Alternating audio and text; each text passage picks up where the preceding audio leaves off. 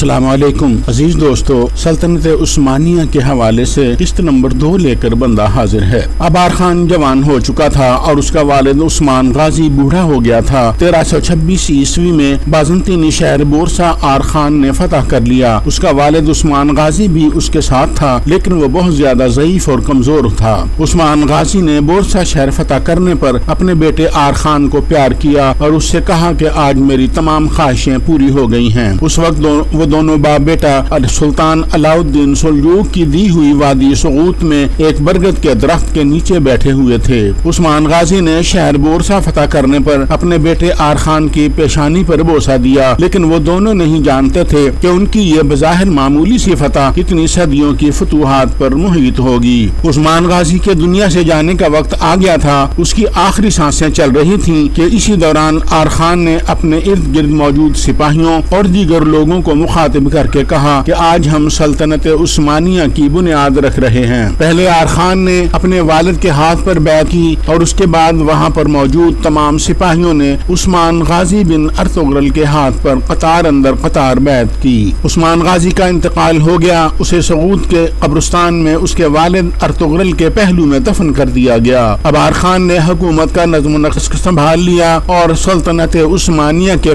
پہلے سلطان کی حیثیت سے آر خان نے زمام اقتدار سنبھال لی۔ اب آر خان ارد گرد کے علاقوں میں فتوحات کے جھنڈے گاڑتا پھر رہا تھا اور سلطنت عثمانیہ دن بدن مضبوط ہوتی جا رہی تھی۔ آر خان نے ہی اپنے دادا ارطغرل کی داستان لکھوائی۔ آر خان نے فیصلہ کر لیا تھا کہ وہ بازنطینی ریاست کو ہی اپنا ہدف رکھیں گے اور مسلمان ریاستوں کے ساتھ نہ الجھیں گے، اس لیے وہ بازنطینی ریاستوں پر حملے کرتے رہتے تھے۔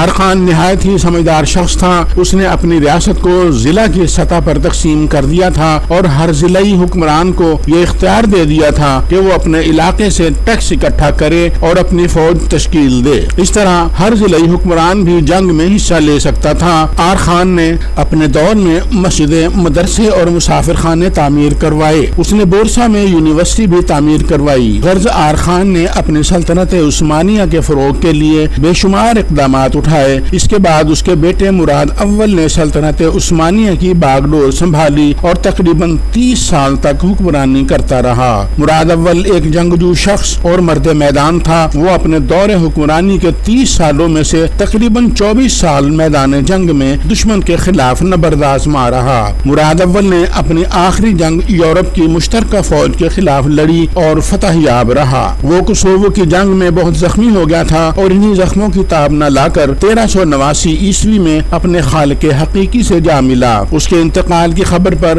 پورے یورپ میں جشن منایا گیا، کلیساؤں میں گھنٹیاں بجائی گئیں، چوراہوں پر رقص کیے گئے۔ مراد اول کے انتقال کے وقت سلطنت عثمانیہ صرف 20,000 مربع میل کے علاقہ پر مشتمل تھی اور اس علاقہ کو فتح ہونے میں 107 سال کا عرصہ لگا تھا۔ سلطنت عثمانیہ کا عروج 3 براعظموں نے دیکھا۔ افریقہ، ایشیا اور یورپ پر سلطنت عثمانیہ کا سورج نصف النہار پر چمکتا تھا۔ وہ ارطغرل جسے سر چھپانے کے لیے 1 انچ زمین بھی میسر نہ تھی، اس کی نسل 3 بہترین براعظموں کی مالک بنی۔ خلافت عثمانیہ کو ارطغرل کی 18 نسلوں نے اپنا خون دیا۔ ارطغرل کی نسل کے کل 36 سلطان برسر اقتدار رہے اور ان سب نے پوری آب و تاب کے ساتھ سلطنت عثمانیہ کے جھنڈے کو کامیابی کی بلندیوں پر لہرائے رکھا۔ آج اگر دنیا کے مختلف ٹی وی چینلز پر ارطغرل اپنا قبضہ جمائے ہوئے ہے تو اس کے پیچھے ارطغرل کی 18 نسلوں کی صدیوں پر محیط انتھک کوشش، ہمت، جرت اور شجاعت کا ایک لازوال اور ٹھاٹھے مارتا ہوا سمندر موجزن ہے۔ ارطغرل کا کائی قبیلہ آج بھی دنیا بھر کے لیے موضوع سخن بنا ہوا ہے۔ ارطغرل بنیادی طور پر ایک بھیڑ بکریاں چرانے والا شخص تھا۔ کہتے ہیں کہ ابن العربی کی دعا اور رہنمائی نے ان کی نسل کو سینکڑوں سال کی حکمرانی بخش دی۔ دوسری جنگ عظیم کے بعد کا کچھ عرصہ اگر نکال دیا جائے تو 1281 عیسوی سے لے کر آج 2020 تک تقریباً 700 سال تک ترکی پر مسلسل مسلمانوں کی حکومت رہی اور شاہ سلیمان کے دور میں 20 لاکھ مربع میل کا علاقہ سلطنت عثمانیہ کا دور عروج تھا۔ محترم دوستو، انسانوں کی زندگی میں کس قسم کے حالات پیش آ جائیں کچھ نہیں کہا جا سکتا۔ بادشاہ وقت کو بھیڑ بکریاں چرانی پڑ جائیں، ایسا وقت بھی آ سکتا ہے۔ بادشاہ وقت اپنی پوری فوج کو شکست شکست کا سامنا کرنے کے بعد تن تنہا تالاب میں پاؤں لٹکائے بیٹھا بھی تاریخ نے دیکھا ہے۔ تاریخ نے یہ بھی دیکھا ہے کہ فاتح عالم کو ایک مچھر کے کاٹنے سے ملیریا ہوا اور بادشاہ وقت علاج نہ ہونے کی وجہ سے مر گیا۔ مغل فرمانرواؤں کی اولاد کے بارے میں تو تاریخ بھری پڑی ہے کہ انہیں انگریزوں سے جان بچانے کے لیے کیا کیا جتن کرنے پڑے تھے۔ مغل شہزادوں نے اپنی جان بچانے کے لیے ایسے ایسے پیشے اختیار کیے جو ان کے خواب و خیال میں بھی نہیں تھے۔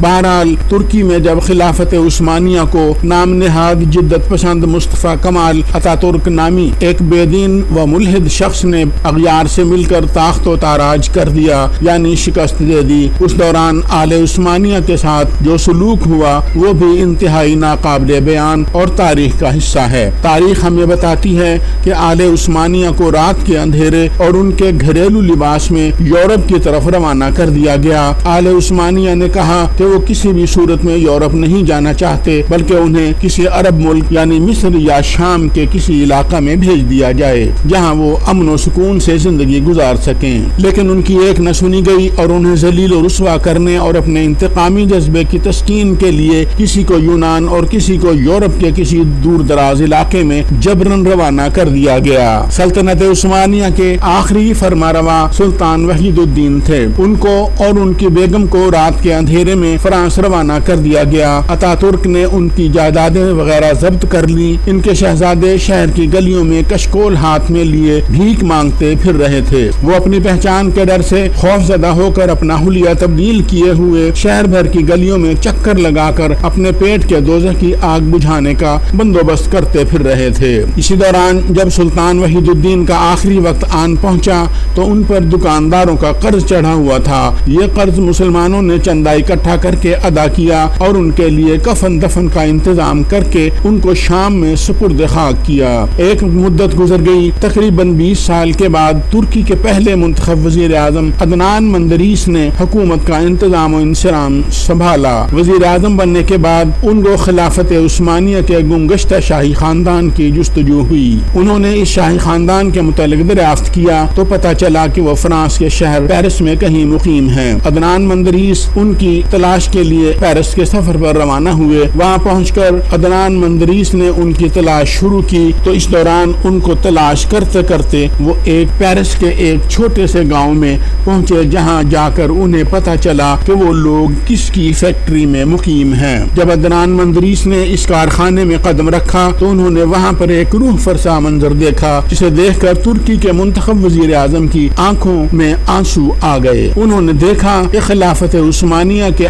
آخری فرمانروا سلطان عبدالحمید کی 85 سالہ بیوہ ملکہ شفیقہ اور 60 سالہ بیٹی شہزادی عائشہ وہاں پر برتن مانج رہی ہیں اور اجرت انتہائی معمولی ہے۔ عدنان مندریس جو پہلے ہی دل گرفتہ تھے زار و قطار رونے لگے۔ ترک وزیر اعظم نے ان کے ہاتھ اپنے ہاتھوں میں لے لیے اور ہاتھ چومتے ہوئے کہنے لگے، میں معافی چاہتا ہوں، میں معافی چاہتا ہوں۔ شہزادی جو کہ ان کو نہیں جانتی تھی کہنے لگی کہ آپ کون ہیں؟ عدنان مندریس نے کہا کہ میں ترکی کا وزیر اعظم ہوں۔ یہ سن کر شہزادی نے کہا کہ اب تک کہاں تھے آپ؟ ہم انتظار کرتے کرتے تھک گئے ہیں، دیکھیے ہماری کیا حالت ہو گئی ہے۔ یہ سب کہتے ہوئے شہزادی اچانک بے ہوش ہو کر گر گئی۔ عدنان مندریس شاہی خواتین سے ملاقات کے بعد ترکی واپس آ گئے۔ انقرہ پہنچ کر ان کے لیے معافی نامہ جاری کرنے کی کوشش کی، لیکن جلال بیار نے ان کو معافی نامہ جاری کرنے اور واپس لانے کی مخالفت کی، مگر عدنان مندریس کی مخلصانہ کوششوں سے شاہی خاندان کے لیے معافی نامہ تیار کر کے ان کو واپس ترکی لایا گیا۔ اس کے بعد جب نجم الدین اربکان ترکی کے وزیر اعظم بنے تو شاہی خاندان کے شہزادوں کو بھی معافی نامہ جاری کر کے فرانس سے ترکی لے آیا گیا۔